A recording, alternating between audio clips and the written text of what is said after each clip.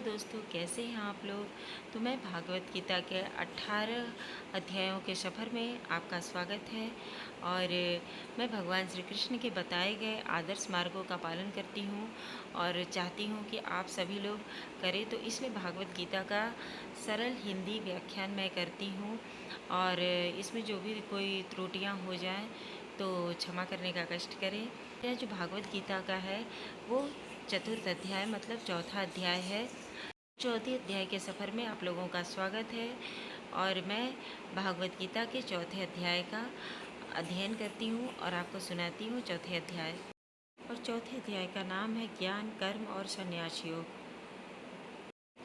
और इस अध्याय में भगवान श्री कृष्ण अर्जुन को दिए जा रहे दिव्य ज्ञान के अद्भुत को प्रकट करते हुए और विश्वास दिलाते हैं, इसकी पुष्टि करते हुए कहते हैं कि यह ज्ञान सर्वप्रथम मैंने सूर्यदेव को दिया था और सूर्यदेव से राज ऋषियों तक ये पहुंचा। और फिर भगवान बताते हैं कि निरंतर मतलब परंपरागत के सन्मुख इस दिव्य ज्ञान को प्रकट करते रहते हैं। तब अर्जुन इस प्रकार प्रश्न करते हैं कि हे माधव, जो वर्तमान में उनके सन्मुख खड़े हैं और हर ज्ञान का उपदेश वो युगों तक सूर्यदेव को वो कैसे दे सकते हैं। इसके प्रत्युत्तर में भगवान श्री कृष्ण अपने अवतारों का रहस्य प्रकट करते हैं और बताते हैं कि भगवान अजन्मा और सनातन हैं।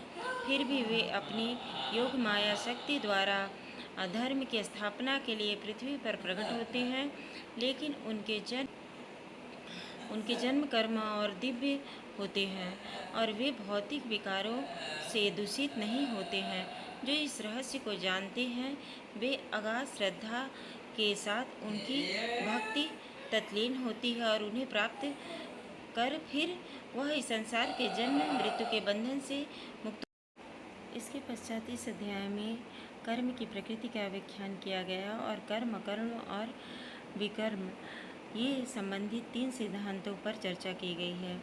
इससे विदित होता है कि कर्मयोगी अनेक प्रकार के सांसारिक दायित्वों का निर्वाह करते हुए अकर्म की अवस्था प्राप्त कर लेते हैं और इसलिए कर्म चक्र में नहीं पड़ सकते हैं, मतलब नहीं फंसते हैं।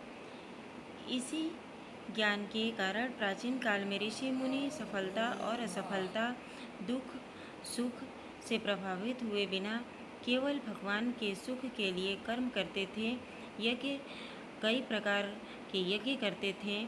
इनमें से कई यज्ञों का उल्लेख्यान भी किया गया है। जब यज्ञ पूर्ण समर्पण की और भावना से समर्पित किया जाता था तब उसके अवशेष अमृत के समान बन जाते थे। ऐसे अमृत का पान करने के लिए साधक भीतर से ही अद्भुत। और भगवान कहते हैं कि ऐसे अमृत पान करने से साधक की अशुद्धता समाप्त हो जाती है। इसलिए यज्ञों का अनुष्ठान पूर्ण निष्ठा और ज्ञान के साथ करना चाहिए। ज्ञान रूपी नौका की सहायता से महापापी भी संसार रूपी कष्टों के सागर को समर्था से प्राप्त कर लेता है। ऐसा दिव्य ज्ञान वास्तविक आध्यात्मिक गुरु से प्राप्त करना चाहिए जो परम सत्य को जानने वाला हो। श्री कृष्ण गुरु के रूप में अर्जुन से कहते हैं कि ज्ञान की अखंडता के से अपने हृदय में उत्पन्न हुए संदेहों को काट दो, उठो और युद्ध लड़ने के लिए कर्तव्य का पालन करो। भागवत गीता में मतलब ये जो अध्याय है इसमें 42 श्लोक है और फिर शत्रुओं के दमन करती है। इस प्रकार राज ऋषियों ने गुरु परंपरा की पद्धति ज्ञान योग की विद्या प्राप्त की, किंतु अंतः युगों में यह विद्या लुप्त हो गई। जैसे आज के युगों में इस विद्या को कहीं लुप्त हो गई है। ये सब विद्याएं अब रह नहीं गई हैं। भगवान श्री कृष्ण अर्जुन को ये समझाते हुए बताते हैं। और इसी प्राचीन मूढ़ योग्यता को आज हम तुम्हारे सन्मुख प्रकट कर रहे हैं, क्योंकि ये तुम मेरे मित्र हो, मेरे भक्त हो, इसलिए तुम इस दिव्य ज्ञान को समझ सकते हो। फिर भगवान कहते हैं, अर्जुन से भगवान ने कहा कि आपका जन्म विख्यात के बहुत बात हुआ है, तब मैं फिर यह कैसे मान लूँ कि प्रारंभ में आपने उन्हें इसे ज्ञान का उपदेश दिया है। फिर भगवान श्री कृष्ण कहते हैं कि तुम्हारे और मेरे अनंत जन्म हो चुके हैं, किंतु ये परस्पर तुम उन्हें भूल चुके हो, जबकि मुझे उसका सबका स्मरण है। यद्यपि मैं अजन्मा और समस्त जीवों का स्वामी और अविनाशी हूँ, तथापि मैं इस संसार में अपनी दिव्य भक्ति योग माया द्वारा प्रकट हूँ। और फिर जब यह धरती और यह धर्म की ध्वनि और फिर भगवान कहते हैं कि जब जब धरती पर धर्म की ध्वनि और अधर्म की वृद्धि होती है, तब मैं उस समय पृथ्वी पर अवतार लेता हूँ। भक्तों का उद्धार और दुष्टों का विनाश और धर्म की मर्यादा को पुनः स्थापित करने के लिए मैं प्रत्येक युगों में प्रकट होता हूँ। हे अर्जुन, जो मेरे जन्म एवं कर्म की दिव्य प्रकृति को जानते हैं, वे शरीर छोड़ने पर संसार में पुनः जन्म नहीं लेते, अपितु मेरे नित्य धाम को प्राप्त करते हैं। आसक्ति भाव और क्रोध से युक्त होकर पूर्ण रूप से मुझ में तल्लीन होकर मेरी शरण ग्रहण कर पहले की भी अनेक लोगों ने मेरे ज्ञान से पवित्र हो चुके हैं और इस प्रकार उन्होंने मेरा दिव्य प्रेम प्राप्त किया है। जिस भाव से लोग मेरी शरण ग्रहण करते हैं, उसी भाव के अनुरूप मैं उन्हें फल देता हूँ। फिर भगवान अर्जुन को संबोधित करते हुए कहते हैं, हे पृथापुत्र, सभी लोग जाने अनजाने मेरे मार्ग का अनुसरण करते हैं।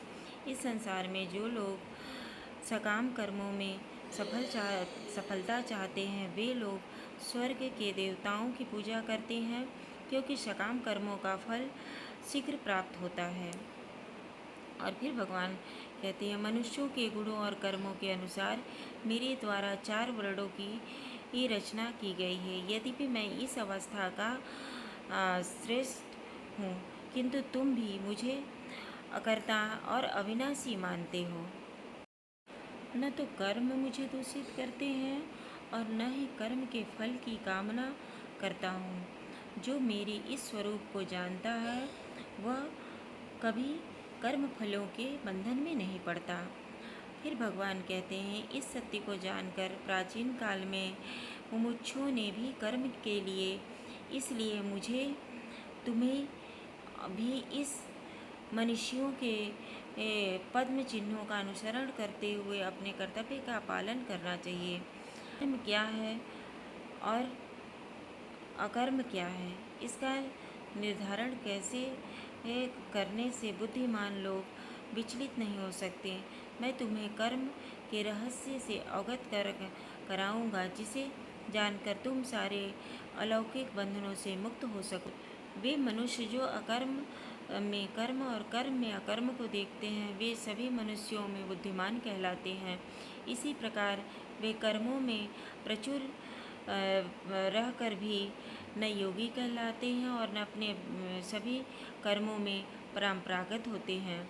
जिस मनुष्य में समस्त कर्म सांसारिक सुखों की कामना में रहित रहते हैं तथा उन्होंने अपने कर्म फलों को दिव्य ज्ञान की अग्नि में भस्म कर दिया है, उन्हें आत्मज्ञानी संत बुद्धिमान कहते हैं। फिर भगवान कहते हैं अर्जुन को समझाते हुए कि कुछ लोग यज्ञ के रूप में अपनी संपत्ति को अर्पित करते हैं, कुछ अन्य लोग यज्ञ के रूप में कठोर तपस्या करते हैं और कुछ यज्ञ के रूप में अष्टांग योग का अभ्यास करते हैं, जबकि अन्य लोग यज्ञ के रूप में वैदिक ग्रंथों का अध्ययन करते हुए ज्ञान को पोषित करते हैं। फिर भगवान कहते हैं कि कुछ अन्य लोग भी हैं जो बाहर छोड़े जाने वाले श्वास को अंदर भरी जाने वाली श्वास में, जबकि अन्य लोग अंदर भरी जाने वाली श्वास को बाहर और बाहर जाने वाली श्वास को अर्पित करते हैं। कुछ प्राणायाम की भी कठिन क्रियाएं करते हैं, द्वारा भीतरी बाहरी श्वासों को लेकर प्राण वायु का नियमित अभ्यास करते हुए तत्लीन रहते हैं। कुछ योगी जन अलग अलग भोजन कर शाश्वत यज्ञों के द्वार रूप में ग्रास शक्ति से अर्पित करते हुए इस प्रकार यज्ञों को संपन्न करते हैं।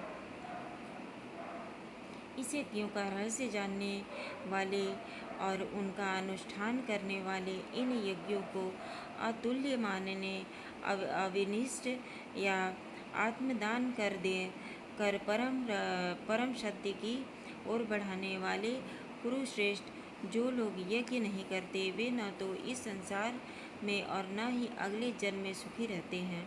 भगवान यज्ञ की महिमा बहुत बड़ी बताते हैं। विभिन्न प्रकार के इन सभी यज्ञों का वर्णन वेदों में किया गया है और इन्हें विभिन्न कर्मों की उत्पत्ति का रूप मानो वह ज्ञान पूर्व माया के बंधन से मुक्त कर देती है। ये शत्रुओं का दमन करती है। मतलब फिर भगवान कहते हैं कि यज्ञ करने से शत्रुओं का दमन भी होता है और संसार में सभी काम इच्छाओं की पूर्ति होती है। फिर भगवान कहते हैं कि इस मार्ग मतलब यज्ञ के मार्ग का अनुसरण करने पर ज्ञान को प्राप्त करते हैं। हे अर्जुन,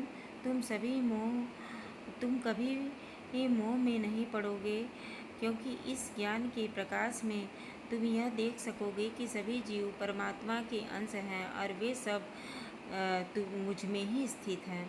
फिर भगवान कहते हैं कि कभी किसी में भेदभाव नहीं करना चाहिए, चाहे वो छोटा मनुष्य हो, बड़ा मनुष्य हो, पशु हो, पक्षी हो, कोई भी हो, क्योंकि वो मेरे ही अंश माने जाते हैं। जिन्हें समस्त प्राणियों में महापापी समझा जाता है वे भी दिव्य ज्ञान की नौका